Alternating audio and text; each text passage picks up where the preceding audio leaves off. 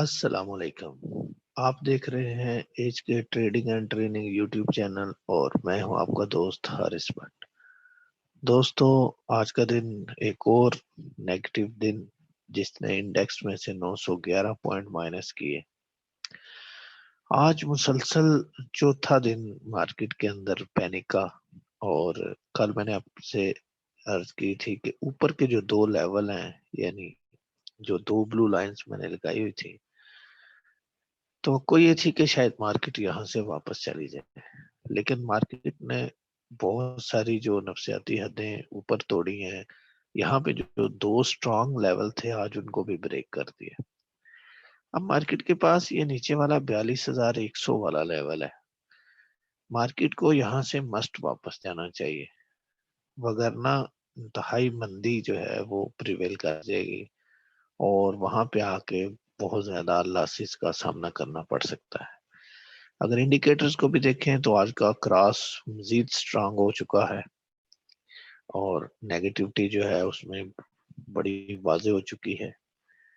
لیکن اگر سیاسی صورتحال، مختلف بڑی پارٹیاں جو ہیں ان کے بیانات کو دیکھیں تو کچھ صورتحال ہوپفل لگتی ہے، اور وہ سچویشن میں آپ کے ساتھ ڈسکس کرتا ہوں آج کا بائنگ سیلنگ ڈیٹا دیکھ کے. پہلی بات تو یہ ہے کہ آج 11 بجے تک رات کوئی ڈیٹا کہیں سے ملا ہی نہیں، بائنگ سیلنگ ڈیٹا.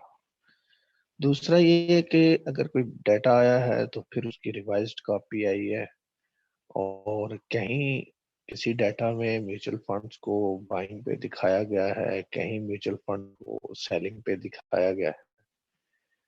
تو ایک جو این سی سی پی ایل کی نیوز بھی آئی ہے کہ شاید سسٹم میں کوئی پرابلم آئی ہے جس سے سکرپٹ جو ہے وہ لوور لاک پہ چلے گئے تھے، لیکن بائنگ ان کی جو ہے وہ کنفرم نہیں کہ کہاں پہ ہوئی ہے. تو یہ سارے جو ہے نا، یہ آج کا دن ایک مسٹری ہے.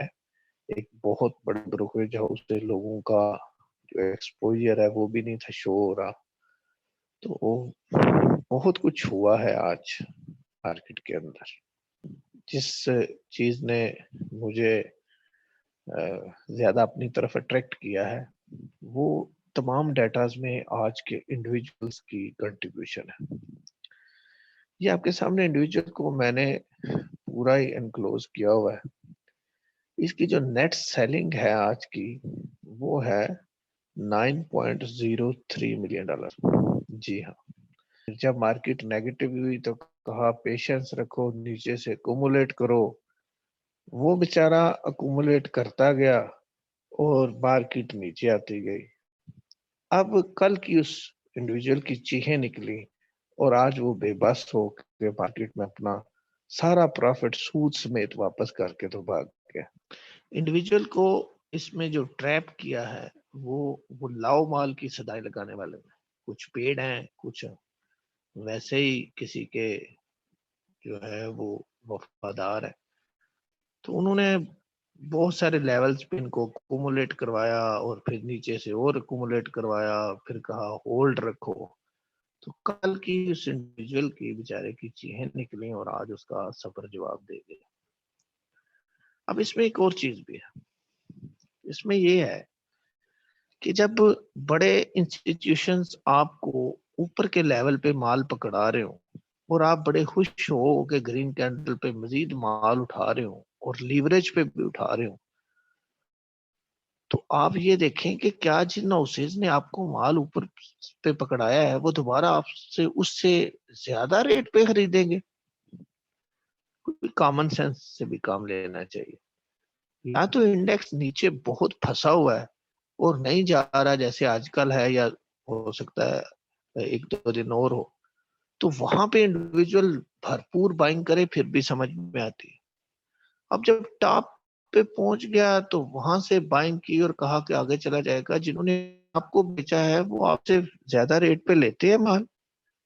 اس کا نتیجہ آپ نے دیکھ لیا. فل لیوریج جو 2-3 ماہ میں پروفٹ کمایا وہ سود سمیت دے دیا. تو ایک تو یہ سبق سیکھیں کہ لاؤ مال کی صداؤں سے نا ذرا ہٹ کے رہیں، اور دوسرا جو ٹیکنیکلز اور انڈیکیٹرز ہیں ان کو فالو کریں.